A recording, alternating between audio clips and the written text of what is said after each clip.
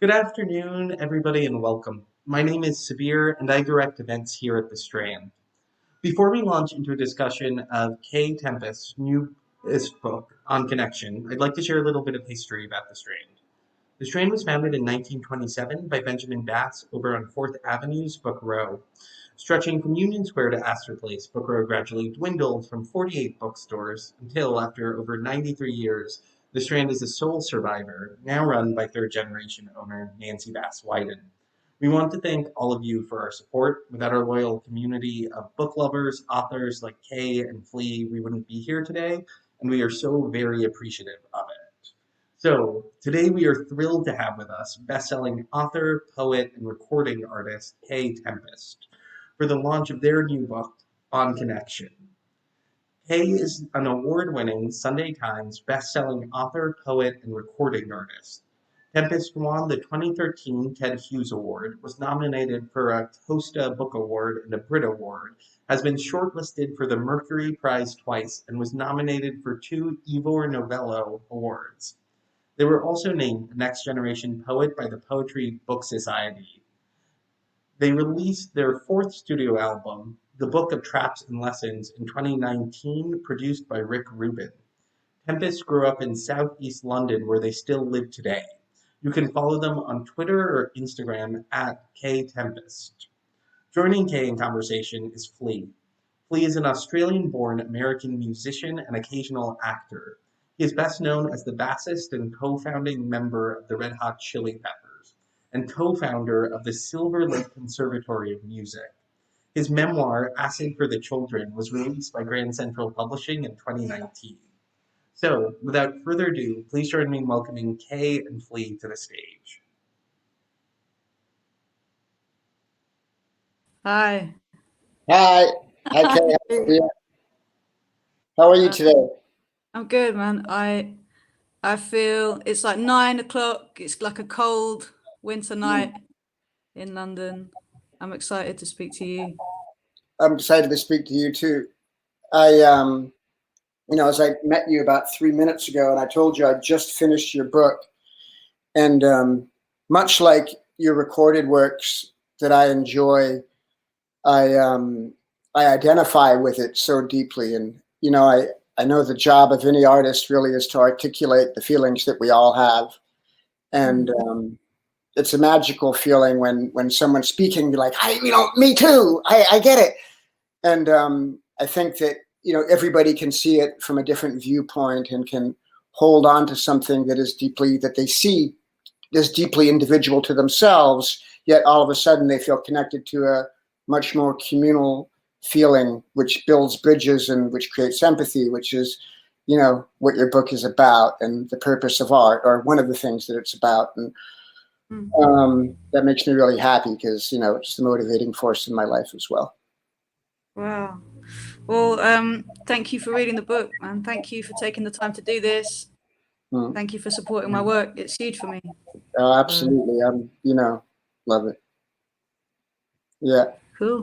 Let me ask you. So I'm going to ask you questions. Okay. Is that weird? Okay. Yeah, but it's cool. Yeah.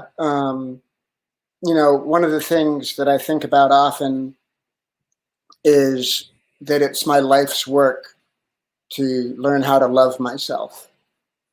Mm. And when I read your book, and I guess, if we're conscious of it, perhaps for lots of us, like dealing with trauma and things that we've dealt with in our lives, that's a thing. Like how much would be solved, how much peace could be there, how much more capable could I be if I could learn to love myself. And it's an incremental thing to me that I'm learning to do. And I wondered if that's how you feel. Wow, an amazing question. It's a daily struggle. I feel like the thing about what drives a person to make art, to write poems, to get on stage and play music is the desire so much to escape from a lack of love for themselves, or to heal something which is a deep loneliness, or just that there's some problem. Otherwise, why would you be driven so hard to do this thing? So I feel like I understand how important it would be to get there, but I'm on a journey towards beginning to be able to get there for sure.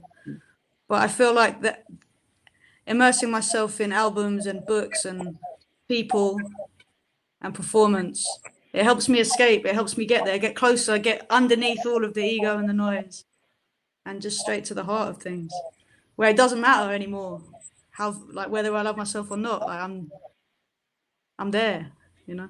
Yeah. And that helps me the next day, the next day, the next day. Yeah. And I guess there's, in a way of, you know, and I'm the same, like, you know, I was a street kid. I grew up, I was just a fucking rat, you know, like Yeah. just in trouble all the time, on drugs from when I was 11 years old, petty crimes, bullshit. But Yeah. the two things that I was always, you know, driven so powerfully to, consciously or not, were books and music.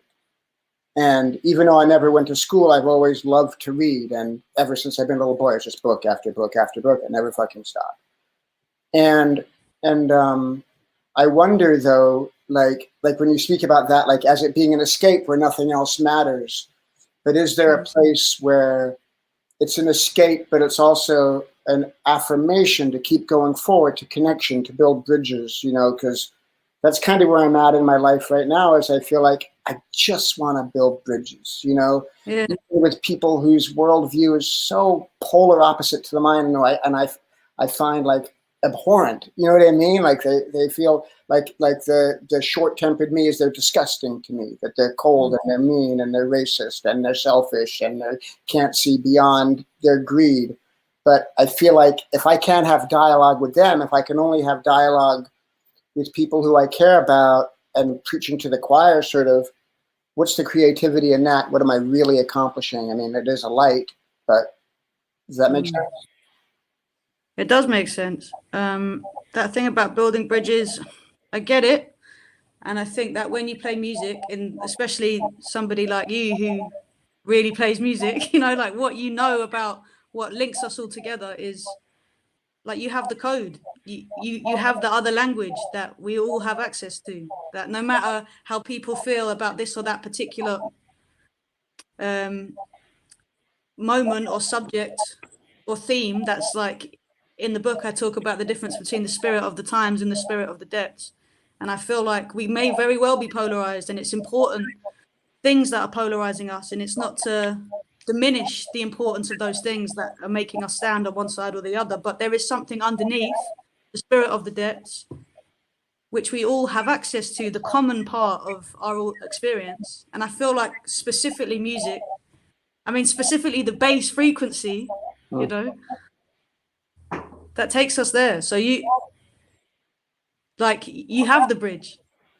So of course you're interested in that. It's I mean, music and all forms of art as well, and you know, for me, athletics as well, like motion. Yeah. You know, anything that makes you completely present in the fucking moment and alive, and you know, with all of, you know, mind, spirit, and body, everything there is, for me, it's always been a search for that. Like that's why even when I had no idea what it was, even doing drugs, you know, that was the bliss that I was searching for, was to be present. And it wasn't until I got older and stopped doing drugs and, you know, went through traumas that made me confront my childhood trauma, that let me know that that's what I was searching for. I just didn't have to fucking shoot heroin in order to achieve it. You know, there were other ways. And ways that were. It's like, I'm sure, extremely inspiring for people to hear that you went through that you came through that, and that you've arrived in a place where you can say that. Yeah, I think lots of us. I mean, I still, you know, I suffer extreme anxiety and panic attacks, and it's much better. You know, I have a partner that I love very much, and I have art for, you know, I'm in a good place, actually, you know. Probably the best place I've ever been in my life. But still, like, there's a certain time when I realized that, I think, you know, what happened to me, and I when you had the things on your, what do you call those things you had on your vocal cords, and you had to sit still. Nodules. Yeah. Nodules. When I was reading that, and so you had to sit still, you had to listen You couldn't like, I mean, I read it as the thing that you knew that could work for you in the world, the thing that gave you validity and that you knew you'd be okay is you can fucking deliver a poem. You can put words together and juxtapose them in a way that is colorful and vibrant enough to express something meaningful enough that it's important. And you knew that consciously, right? Yeah. But Yeah. you, all of a sudden you were forced to, no, I can't use that now. Like, Yeah. what am I? Just sitting here being quiet. Yeah. Yeah. Oh, I had an experience like that where and forgive me, God, I feel like this is your thing in your book and I'm talking. Oh, well, Flea, talk. Please talk. Okay. I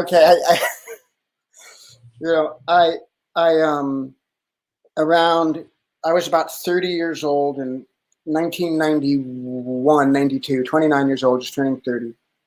And I became incredibly ill. And also, like, my band had just become this, we had gone from years of, sleeping on people's floors, touring in vans, doing all that, to all of a sudden we had become this massive fucking band. We put out Blood Sugar Sex Magic. We had top singles. We're selling out everywhere. And all of a sudden, everything we wanted came. Yeah. All the money, all the validation, all the you're so great. And I became so sick and it wouldn't go away. And for 2 years, I lost it. My immune system fell apart. Everything that I thought made me great. Like, I could rock out all night. I could take drugs, play basketball all day, be the funniest guy, be the drunk guy, be the high guy, be the this guy. And I had nothing. Like, all of a sudden, everything that I thought was me was gone. And it was completely traumatic. And it was like the universe forcing me to sit still and to deal with myself. And it was absolutely terrifying. And I remember at one point, this woman who... Wait, that was happening while you were on tour, while you were like... I had to stop, actually. Like, in the middle of it, I had to stop. Like, it was happening. I was pushing myself. And always, like, on stage, for me, it's a really physical thing. I push myself to, even now, to fucking exhaustion every time. And everything fell apart. I stopped. I canceled everything. I went home. I wouldn't accept any. I literally couldn't. I fell apart. And I was like in tears all the time. I was depressed. I was miserable. And I was like that for about over a year. And then one day, like, I was like, and I was the first, I started like going to doctors and trying this and meditating and, you know what I mean? Like, help, Mr. Wizard, and I knew I can't do drugs anymore. I stopped everything. But it wasn't until, and there's someone, like a woman I really respected, told me one day, I was like, she was like, how you doing? I said, I'm just fucking miserable. I'm so sad every day. And she said, well, Flea, until you get on your knees and I'm not religious, man, but I have my idea of God and connection and universal divine intelligence, until you get on your knees and be grateful for exactly where you are, it's not going to change. And that's what I did. And it was very wise, devastatingly humbling, but it literally, it's like at that moment, everything shifted in my life. It was a watershed moment. And so, you have that in your book too, in a different way, but. Yeah, I mean, there's a lot that, for me, it was a challenge to write about myself and my own experience. It's kind of crazy to hear you talk so openly about your life and your experience, because I'm a writer, and it's important. It has been important for me to express myself through characters, through fiction. And then when it came time to write this thing, the decision I made to root my theories in real experiences that I'd had, and to open up about certain things that had happened along the way in my life. It was a strange realization that I knew this book had to carry more of me in order for me to be able to realistically ask people to go with me into some of the more theoretical, creative, abstract thought. I had to say, well, this is how I've got to know this stuff. But even so, like, I don't think I could talk candidly and openly like you just have did about the moments when I'm on my knees thanking a higher power for being so low. Like, I really appreciate your honesty, and it makes me realize that it is important to root the learning in the experience so that people can connect with it. But yeah, I mean, that moment when I lost my voice, for the people that are with us in this conversation, in the book I write about, I injured my vocal cords and I had to have an operation, and while the vocal cords were healing from the operation, I couldn't make any sound for 3 weeks, like no sound. Like, you can't cough, you can't sneeze. And because my whole personhood was rooted around the voice and what I had to say, it was for sure a humbling experience. And I became somebody else because I had to listen before speaking.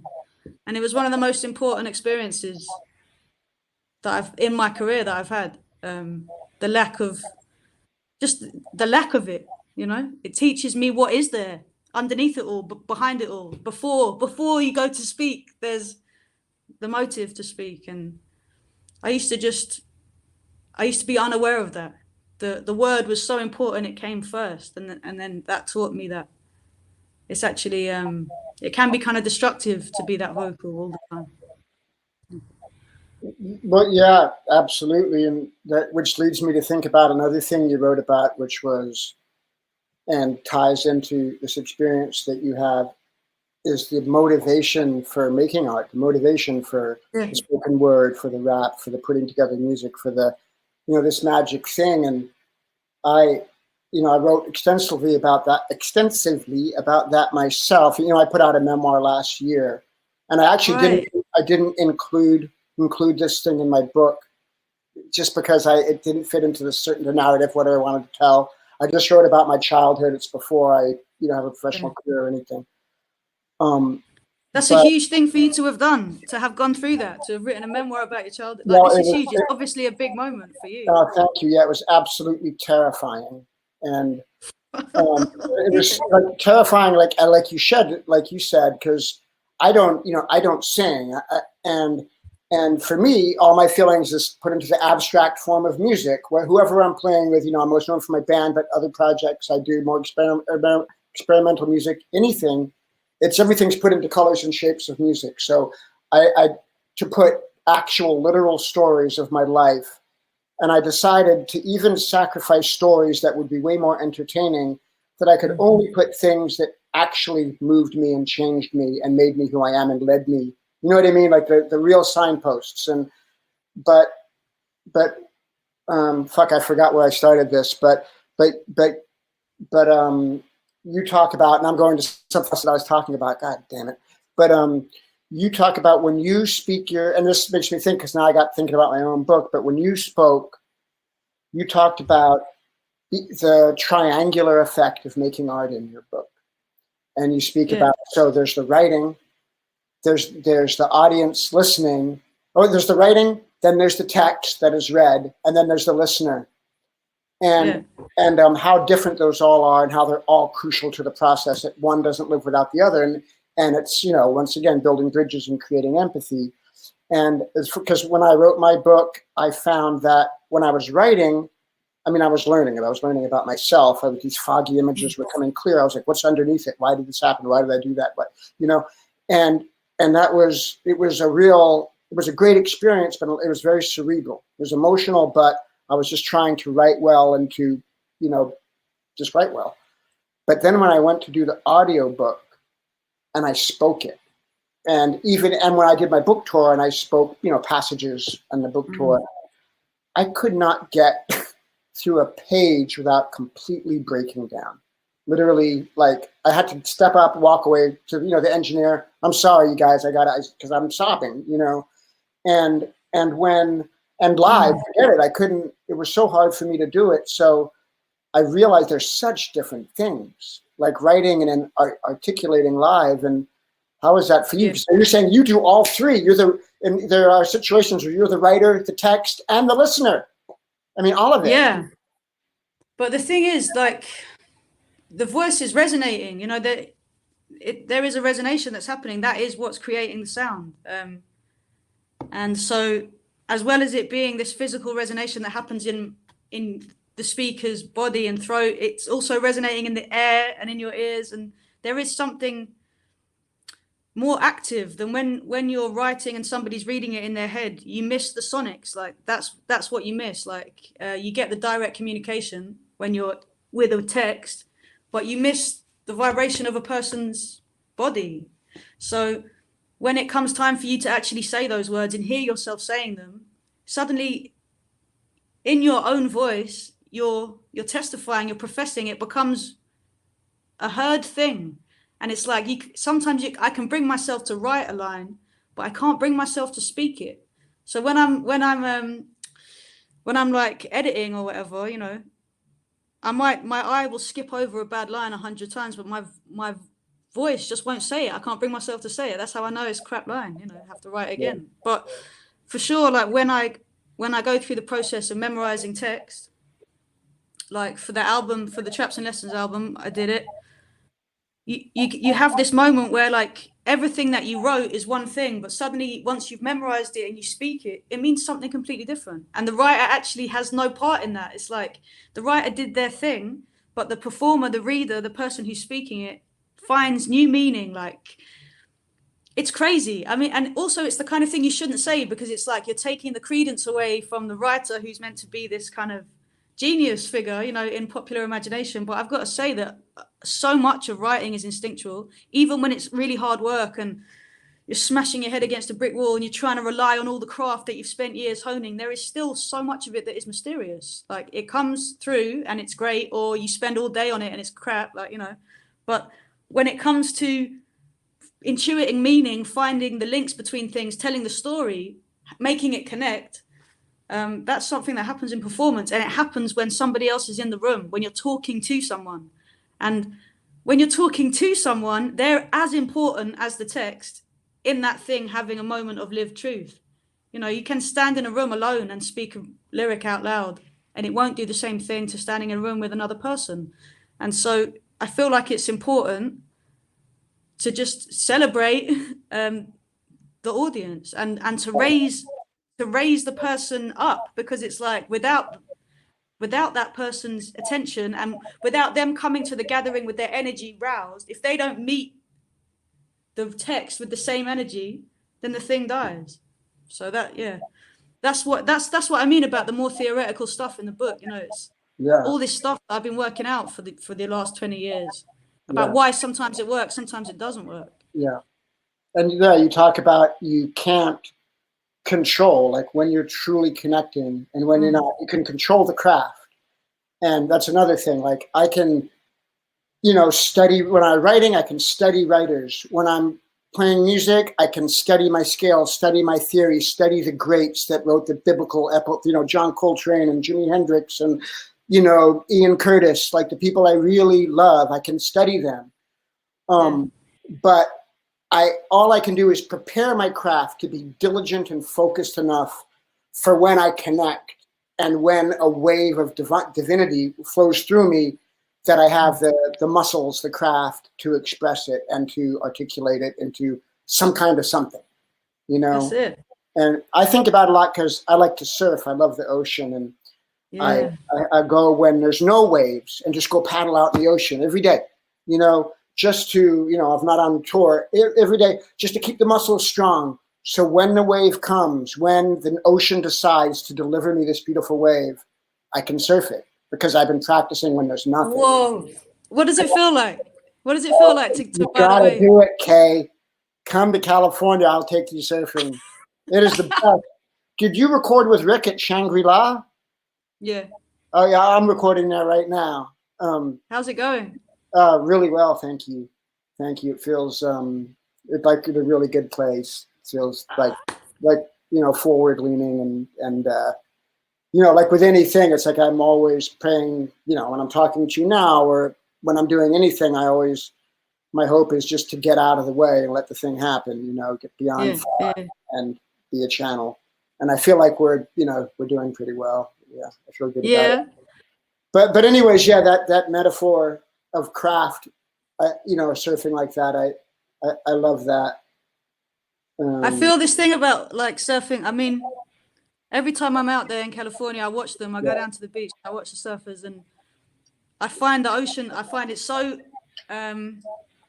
whatever you're feeling, it magnifies. So if you're in if you're in depression, if you're in loneliness, then the ocean is just a huge expanse of that. But if you're in joy, it's a huge expanse of joy. And every time I go and be with the ocean, I just feel, it just maximizes all my feeling. And I'm always so, I'm so like, not inspired, but just fascinated by how it must be to put your body at the mercy of a force as big as that, like obviously, like I've swum in the ocean, but I know surfers, I know people that do it, but I just some of those big waves there as well.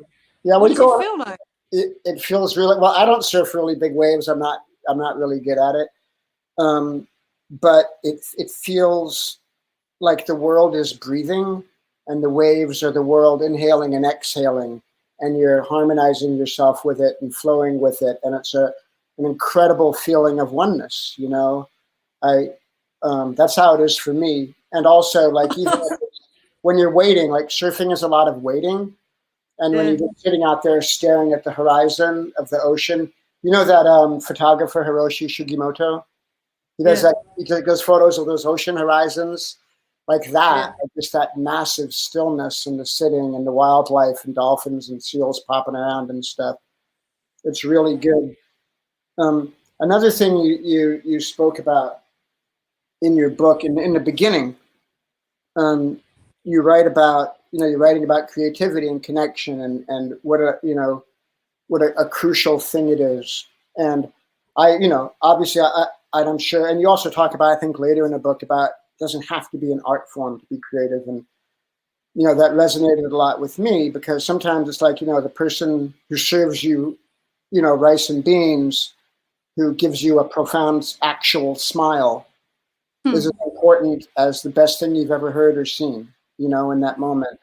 And that's a creative thing. Like, that person is looking to bring you to that moment to actually, for 1 second, to authentically connect with you. But you write about it being a privilege to have that and to write about it, and how, because of systemic racism and unjust system, a lot of people never get that privilege. And it's something I think about a lot. I was talking to a friend of mine the other day who, grew up in the projects here in LA, and he got sentenced to 16 years in prison for a DUI. Because they had is that the same thing in England, a DUI, drunk driving? Driving under the influence, Yeah, driving under the influence, okay. I don't know if, you might have 16 years. 16 years in prison, in his 20s. And luckily he got a lawyer, ended up doing he did, I think, like 16 months instead. But it was because they had like the 3 strikes law. They had this thing in America. That was, you get 3 convictions, the 3rd one, you're going down. And like his first one was, he was a kid where he grew up, everybody was in a gang. He's in a gang, got into trouble, gang fight, 1st strike. 2nd strike, dealing weed in the park, 2nd strike. 3rd one, DUI. So can you imagine, like, when you're 23 years old, you go away in prison for 16 years? Like, right when you're in that time of creating everything, of building everything, of trying to find yourself, figure it out. And this is what's happening, in the United States. And I can't speak to other places, but in this racist justice system that does this. And, it's racist, but it's also just classist, it's poor people. And like I said, this guy didn't end up doing 16 years, but so many people do. And so many of them, like I was talking to another guy from the same community the other day who recently did 18 years, and he just got out a couple of years ago. And when you speak about your book, like how a real starting point for your book was you met a homeless guy in the park in Portland, and he talked about the connection that he had to a Derek Walcott poetry that his mother gave him that he always kept in his pocket, and how it was for him like something to be tethered to, something to hold on to that made him feel like there's some safety in the world. And this guy who's my friend who did all this time in prison was telling me that when he was in prison, poetry was everything for him, and how it started. Someone gave him a copy of If by Rudyard Kipling, Mm. And, you know, and it was a guy that even like was like, you know, was from a completely, you know, different racial group, didn't grow up where he was like a mob guy. And my friend's, you know, a black guy from the hood in LA. And how like the connection of when they shared that poetry and that poem, and it's, you know, it's a pretty long poem, and they would sit and talk about it each day, and how much it meant. So it's, you know, I don't know, it's amazing stuff that crosses over every line, but nonetheless, it's a privilege to be able to, you know, to talk about it, to live it, to be it, Yeah, a life of yeah, it. for sure. Yeah, I think that it was very important for me writing this book about creativity and connection to make just a really straight up declaration of my privileges, and to discuss really openly my understanding that the reason that I have the position that I have is not because of my talent or because of the other kind of myths they peddle you about hard work getting you, you know, to the top or whatever. You know, it's really important to when discussing artwork, it's just like, especially something as kind of you know, as like highfalutin as discussing creativity. I just felt like it was so important to just bring the conversation down to the level of being like, okay, the reality is, as I say in the book, there are huge weather systems pushing for or against. And so many people in my life that had as much, if not more talent than me, as much, if not more drive, had their creativity stifled at every point by institutions, by the police, by hospitals, by tragedies that happen in their lives, etc. But the point is, I hope what the book is saying is that nobody is any more or less able to express themselves creatively than anybody else. That doesn't necessarily mean that everybody's going to be Mozart, but what I mean is that we have inside us, all of us, beneath all of the things that are used to dehumanize people and take people away from their reserves, we all have these reserves. And some people might call it the soul, or, you know, some people might call it love, some people might call it creativity, whatever it is. It comes through you when you're engrossed, involved in something, whether that's parenting, or, like I say in the book, painting a windowsill, or for me, you know, reading or writing or listening to music, watching somebody sing, or hanging with friends, or just being in a moment of noticing. For example, the other week, I noticed the first autumn leaves falling, and for me, it transported me, and it linked me to all other people experiencing in that moment a feeling of presence or joy. And I hope that it's inspiring to read this book about creativity, because there is artwork, fine, there is music, there is literature, but there is also creativity, and that's something different. And I feel like if we don't allow ourselves to access our creativity, for me anyway, I feel stifled, I feel full up, I don't understand myself. And I just think there's a lot of snobbery around expressing yourself. Or there's this other thing of like, what, you know, music becomes commerce. It's a vehicle for commerce. Like, I play music to get rich or to get famous. And that exchange is completely worthwhile for certain people if that's what they want to do. But underneath that, the motive for creativity, this is a life-saving force, you know, and it's a connective force. And I feel like if it's constantly being framed as something either done by elites for, like, you know, or done by people to make money or to get fame, or when the transaction is always to extrapolate from rather than be in service to, then it muddies the waters, and it makes things that are already so polluted harder to distill, you know. But for Absolutely. me, creativity helps me to recognize my privilege, and to understand how I can be more aware and more humble, and to not take anything for granted. That the thing that teaches me that is to stand in a crowd and listen to music. That's what takes me there. So it was important that I gave some of that back to the book, I think. Yeah, well, the book is so important and means so much to me. And I feel like, and you touch on this a little bit in a way too. I feel like as an artist or a musician, or I guess anybody, but I relate it to all the musicians I've known in my life, and being in a community of musicians since I was a kid. I grew up in a jazz household, and I've always been around musicians. Yeah. And some musicians define themselves by what they think is bullshit, like what they don't like. Well, I don't like these guys, they're full of shit, and I don't like those guys, their songs are bad. These guys only write for money. These guys are pop sellouts. That guy's an academic and he has no soul. This, you know what I mean? Like always defining, pushing everything away until they just crystallize it down to what they love. Fair enough. And I know, like I can think of one musician in my mind, or it wouldn't be fair for me to say, but is an incredible, beloved musician. And that's how he thinks. And he's one of the best I've ever heard. But there are other musicians, and I might think of myself as one of these, and I'm not speaking to the quality or not of my musicianship, but for me, it's all about just what I love. Like, and I kind of love everything. Like, I love the worst music. I love empty pop music. I love the worst trendy formulaic thing you've ever heard in your life, because it's music. When they asked Thelonious Monk, like, I heard an interview with Thelonious Monk once, and the interviewer said, so what music do you like, Monk? And he goes, I like all music. And the interviewer said, even country music? And he said, what part of what I said did you not hear?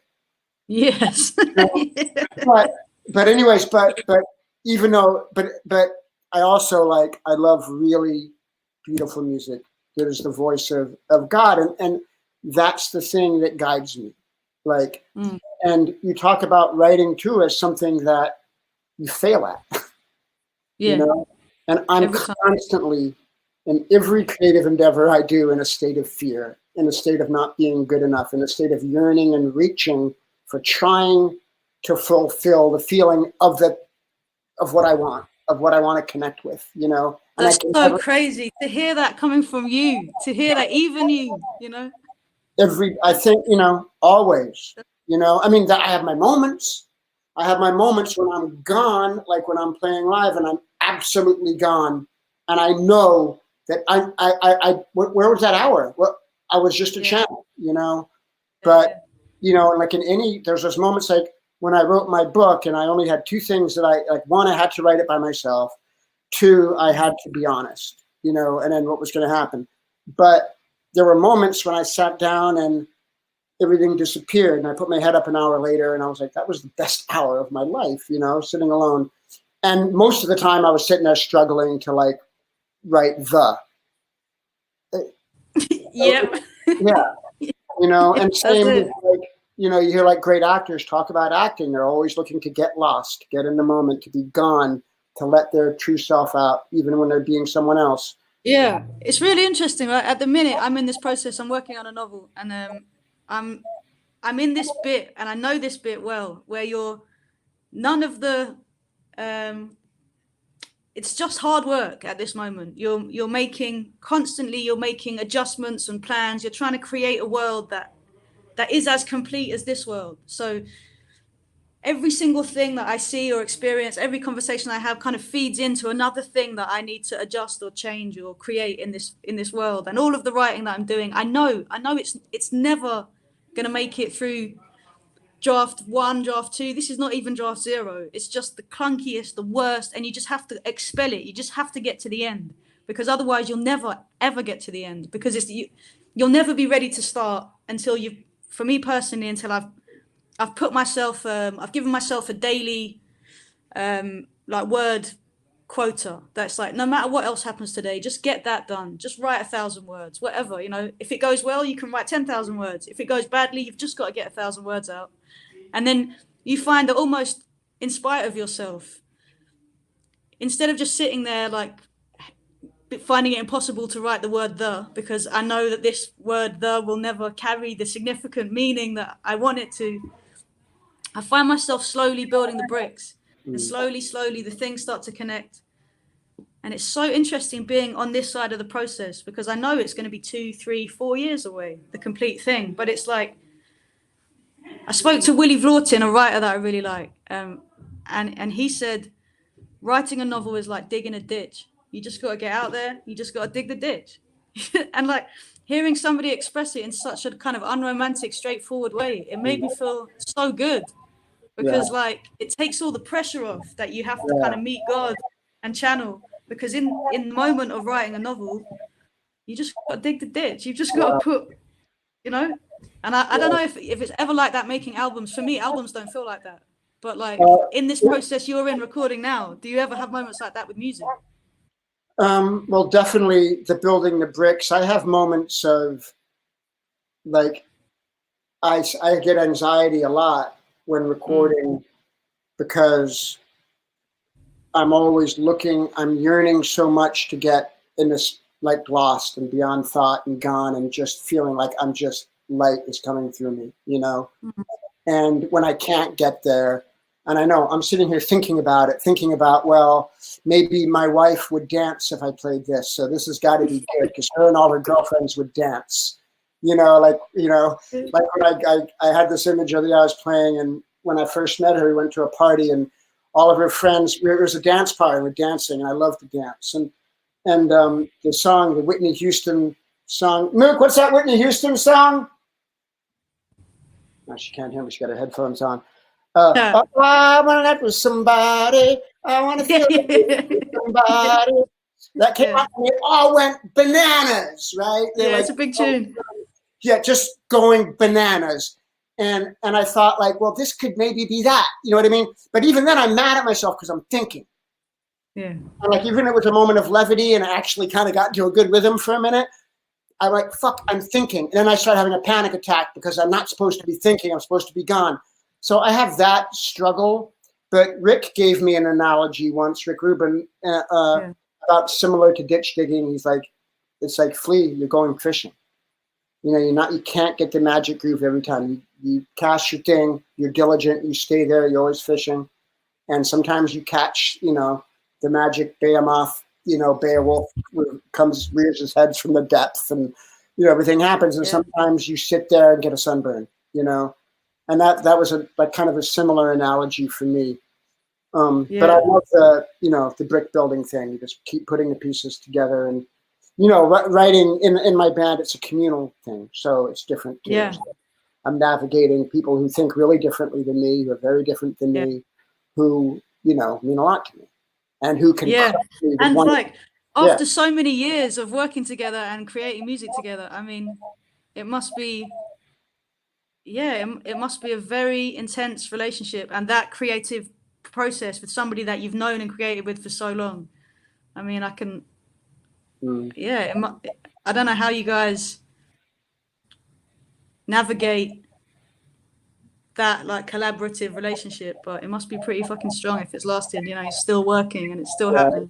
It can be really joyous and it can be incredibly painful. There's times when I look over, like now we're, you know, our guitar player, John Frusciante, who's one of the best musicians I've ever been around in my life. And when we're really connecting, you know, it's bliss, Kate.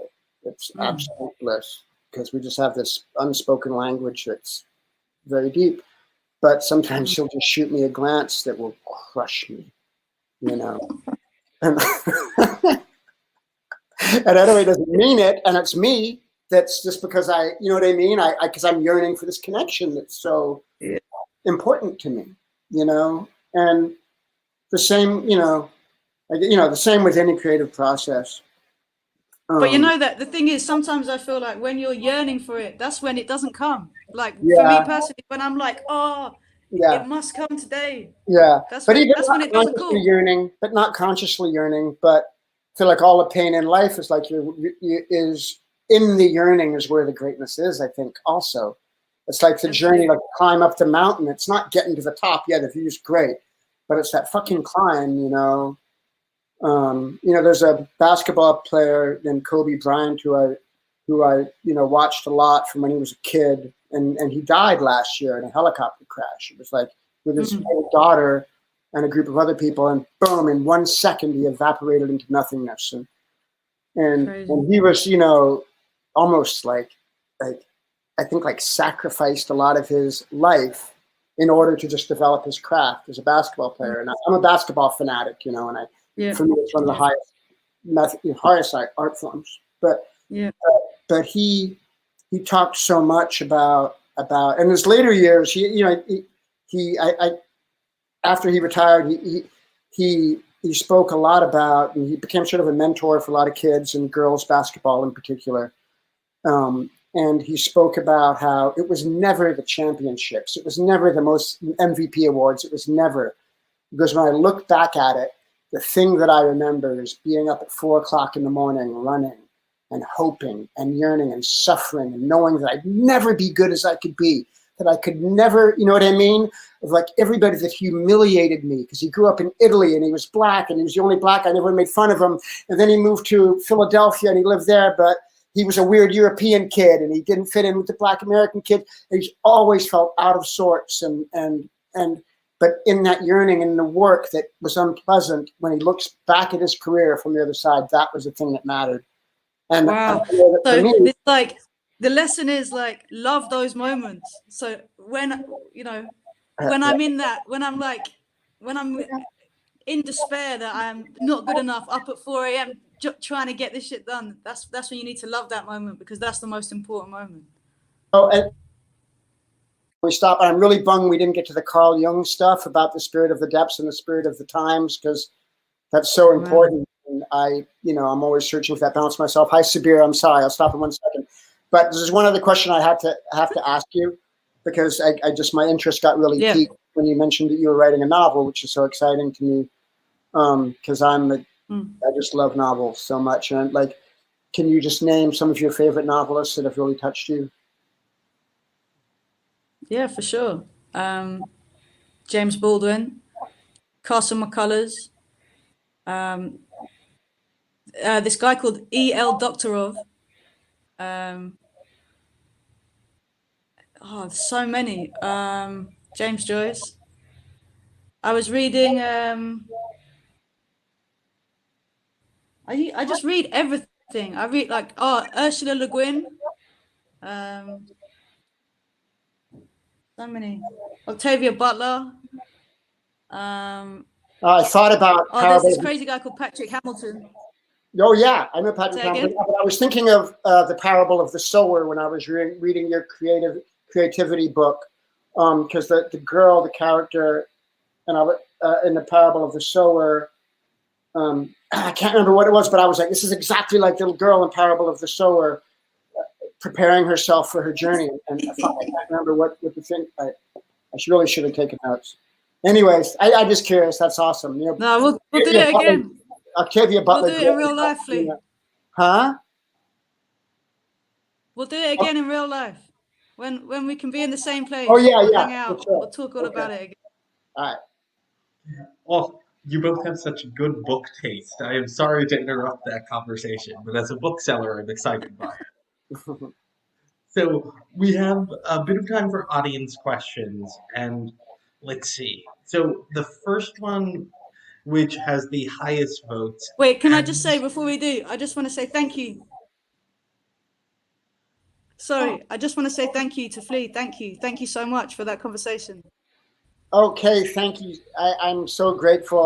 I appreciate you and respect you so much, and I'm honored to do this with you. Thank you. Thank you both. That conversation. Okay, go ahead, Sabir. Go ahead. Okay. So our first question is for both of you, and it's from Sally Hodgett, who asks, how does cultivating creativity within yourself create connection with others? And let's begin with you, Kae, for this question. Well, it teaches you that we are all connected, because creativity is collaborative, and it is a deeply searching interest in life, in how other people live and how they express their aliveness.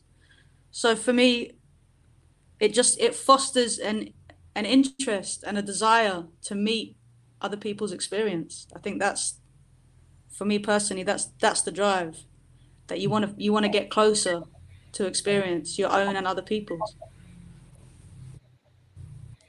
For me, everything that Kay said, and I would only add to it that when I'm in a healthy creative space, when I'm truly able to get gone in my creativity, whether the work that I'm doing is of a high quality or not, I become present. And when I'm present, I'm able to be there for other people. Hmm. Mm.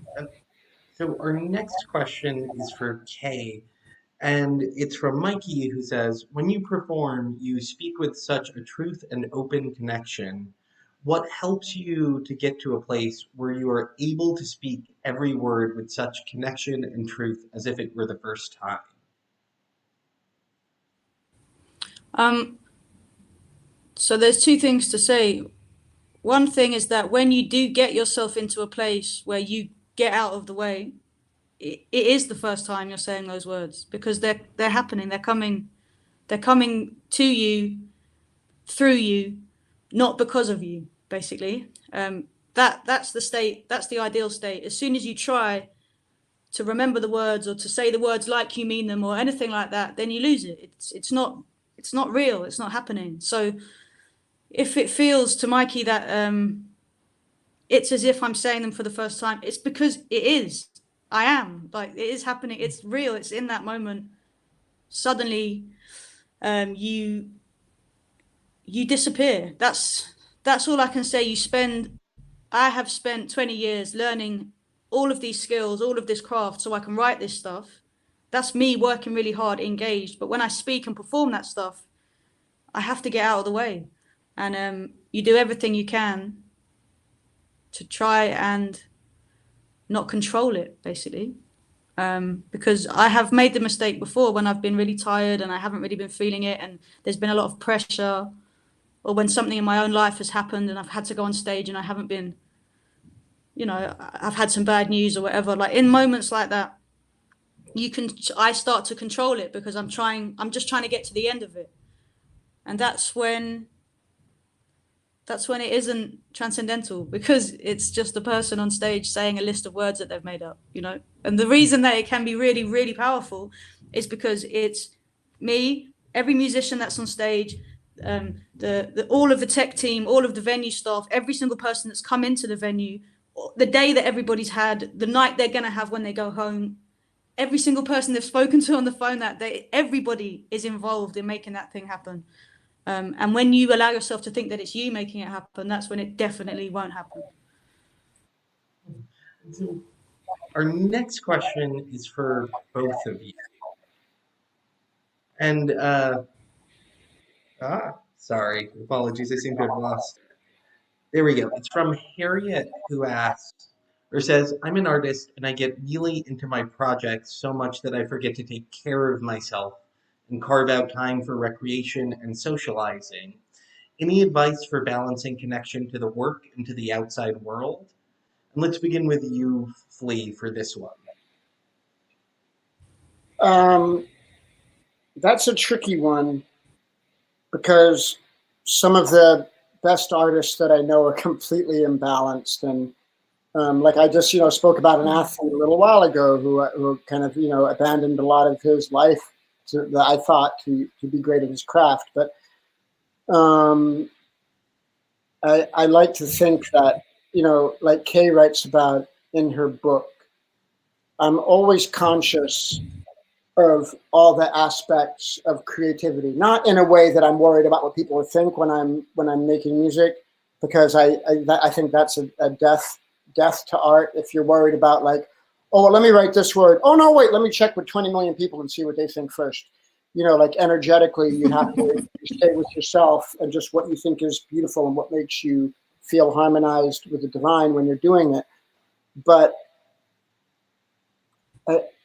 it's a very difficult question for me to answer because everybody's so different. I think that what your art will fill you with love and passion, and there will be a time when it will connect you to the world in a really profound way because it will, just make your heart grow and it will bring beauty to your life.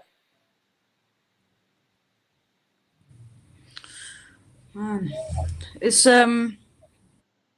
it's a tough one because speaking for myself in my own life, I've had huge periods of time where I have put nothing before the work. The work came first, and to the detriment of my relationships with friends, family, my lovers, my health. Like I wasn't happy in those times, but because of the mythology of the artist that I looked up to, I thought that this gave me some kinship with their experience. I took my support from the artists who I loved, who seemed to me to be as dysfunctional as I was, and they made the greatest work ever. So I allowed myself to think that certain behavior was going to be conducive to the art, until it got to a point where it wasn't, and I got to a point where I wanted to give myself to somebody else. Like I wanted to put somebody else before the work. That was a decision that I made.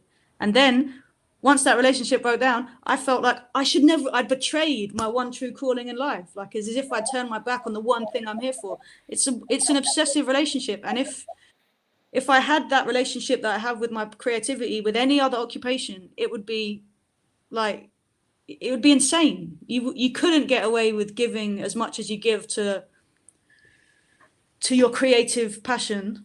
It's kind of sanctioned by society that you have these people that, they give everything to be the greatest ball player in the world, or, give everything to try and write better than they wrote yesterday. But all I can say is that I wish I'd learned earlier that if you're all fucked up and ruined and you made a poem, it's worth it. That isn't necessarily true, because I can still write in a healthy state of mind. It wasn't the psychosis or the addiction or the pain that was making the work. And this goes back to what I was saying about getting out of the way of it. If you got to take yourself less seriously, and looking after yourself is actually part of that.